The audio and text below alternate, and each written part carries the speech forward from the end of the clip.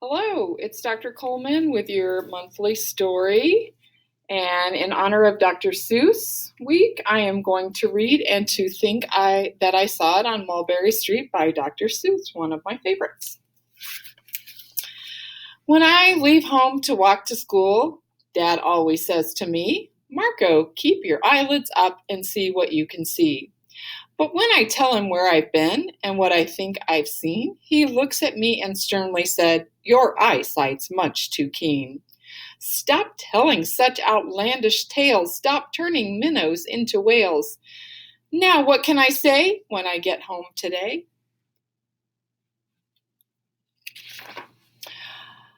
All the long way to school and all the long way back, I've looked and I've looked and I've kept careful track. But all that I've noticed except my own feet was a horse and a wagon on Mulberry Street. That's nothing to tell of, that won't do, of course. Just a broken down wagon that's drawn by a horse. That can't be my story. That's only a start. I'll say that a zebra was pulling that cart, and that is a story that no one can beat when I say that I saw it on Mulberry Street. Yes, the zebra is fine, but I think it's a shame, such a marvelous beast with a cart that's so tame.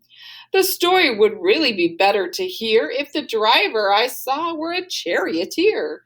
A gold and blue chariot's something to meet, rumbling like thunder down Mulberry Street. No, it won't do at all. A zebra's too small. A reindeer is better. He's fast and he's fleet, and he'd look mighty smart on old Mulberry Street. Hold on a minute. There's something wrong. A reindeer hates the way it feels to pull a thing that runs on wheels. He'd be much happier instead if he could pull a fancy sled. A reindeer and a sleigh. Say anyone could think of that. Jack or Fred or Joe or Nat. Say even Jane could think of that. But it isn't too late to make one little change. A sleigh and an elephant, there's something strange. I'll pick one with plenty of power and size, a blue one with plenty of fun in his eyes, and then just to give him a little more tone, have a raja with rubies perched high on his throne. Say, that makes a story that no one can beat when I say that I saw it on Mulberry Street. But now I don't know, it still doesn't seem right. An elephant pulling a thing that's so light would whip around in the air like a kite, but he'd look simply grand with a great brass band. A band that's so good should have someone to hear it, but it's going so fast that it's hard to keep near it. I'll put on a trailer, I know they won't mind, if a man sits and listens while hitched on behind. But now is it fair? Is it fair what I've done? I'll bet those wagons weigh more than a ton. That's really too heavy a load for one beast. I'll give him some helpers. He needs two at least. But now what worries me is this. Mulberry Street runs into bliss.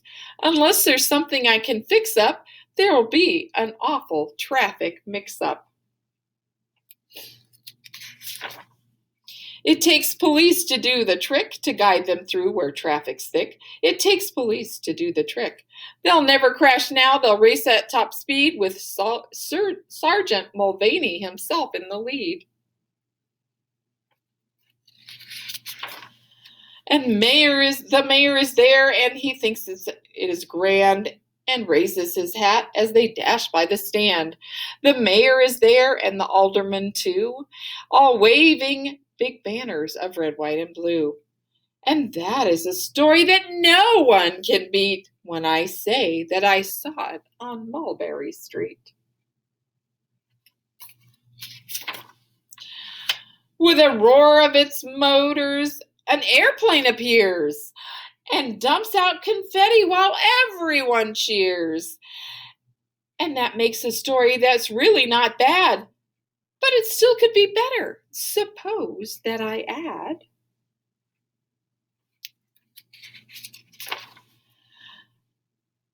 a Chinese boy who eats with sticks, a big magician doing tricks, a 10-foot beard that needs a comb. No time for more, I'm almost home. I swung round the corner and dashed through the gate. I ran up the steps and I felt simply great. For I had a story that no one could beat. And to think that I saw it on Mulberry Street.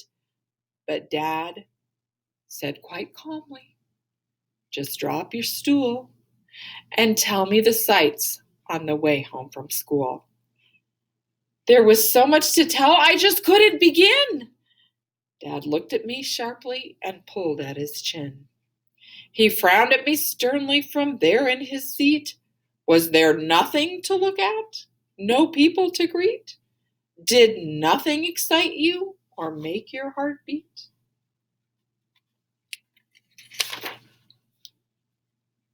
Nothing, I said, growing red as a beet.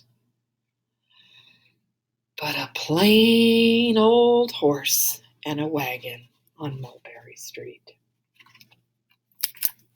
The end. I hope you enjoy Dr. Seuss Week and participate in all the activities we have planned.